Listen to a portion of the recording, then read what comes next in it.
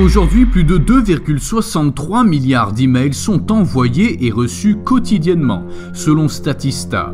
Une personne sur 5 possède un compte Gmail, le service de messagerie le plus populaire du monde, et les gens restent en communication constante grâce à ce type d'application. Le courrier électronique est devenu un outil presque indispensable pour gérer tout service Internet.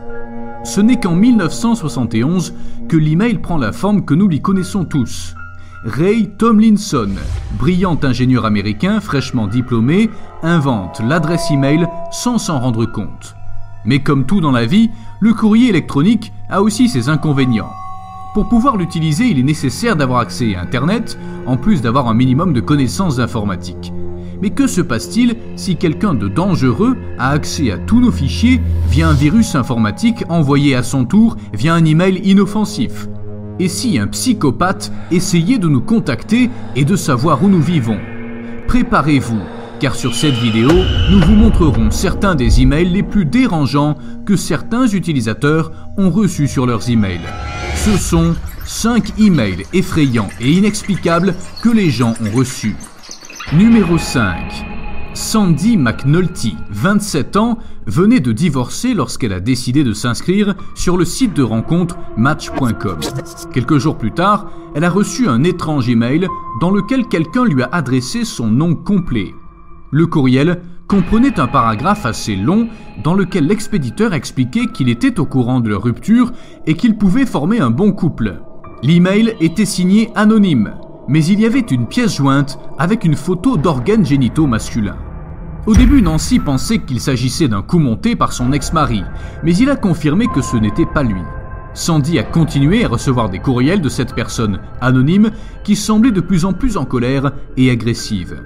Le mieux qu'elle pouvait faire était de l'ignorer, jusqu'à ce qu'elle reçoive une photo de l'un des côtés de la façade de sa maison prise de nuit.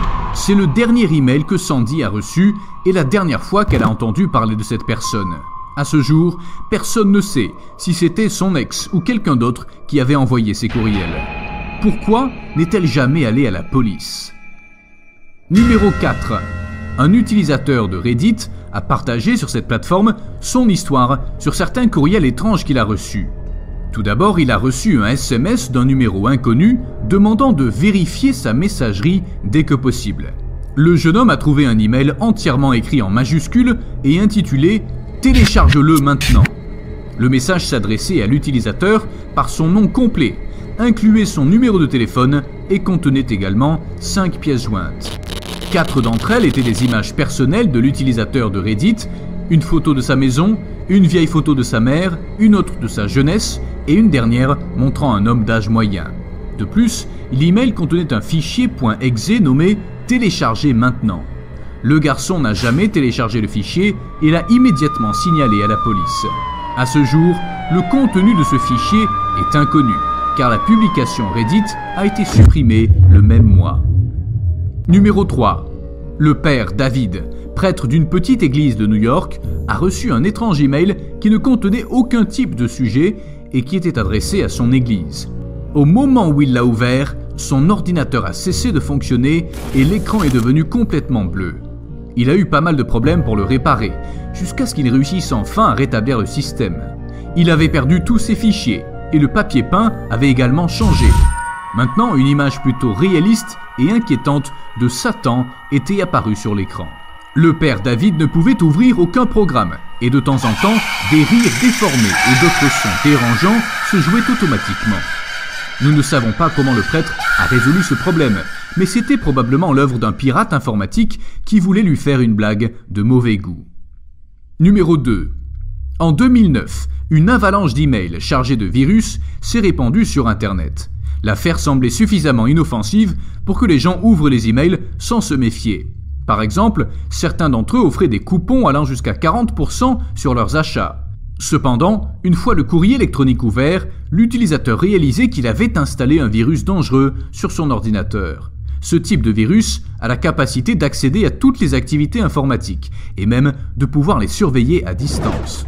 À certaines occasions, il a également été possible d'accéder aux webcams de certains ordinateurs portables et d'espionner leurs utilisateurs sans qu'ils s'en rendent compte. Personne ne savait exactement qui avait créé ce virus ou comment l'empêcher, mais heureusement, les emails ont commencé à cesser petit à petit. Numéro 1. La protagoniste de notre dernière histoire a refusé de donner son vrai nom. Nous allons donc l'appeler Jen. Jen était dans sa première année de lycée.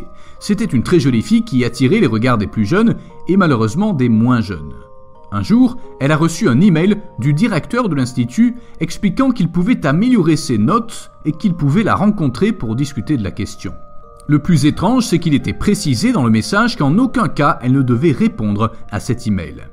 Une semaine plus tard, Jen a reçu un autre email du directeur lui demandant de la rencontrer de toute urgence à 7h du matin derrière l'institut, avant le début des cours. Jen est allée à l'école le lendemain et a fait le tour du bâtiment pour rencontrer son directeur. Mais elle ne l'a pas trouvé. Elle a trouvé à la place quelqu'un caché dans un conteneur. Elle s'est précipitée chez elle et a immédiatement informé ses parents, voulant qu'ils contactent l'institut. Apparemment, le directeur n'a jamais pu envoyer ces emails. Les emails ont été suivis et ont été envoyés à partir d'un site web qui vous permet d'envoyer de faux emails. L'ordinateur utilisé pour commettre ce crime se trouvait dans le coin le plus reculé de la librairie locale. La science et la technologie sont deux branches de l'étude humaine qui ont énormément progressé au cours des 2 dernières décennies.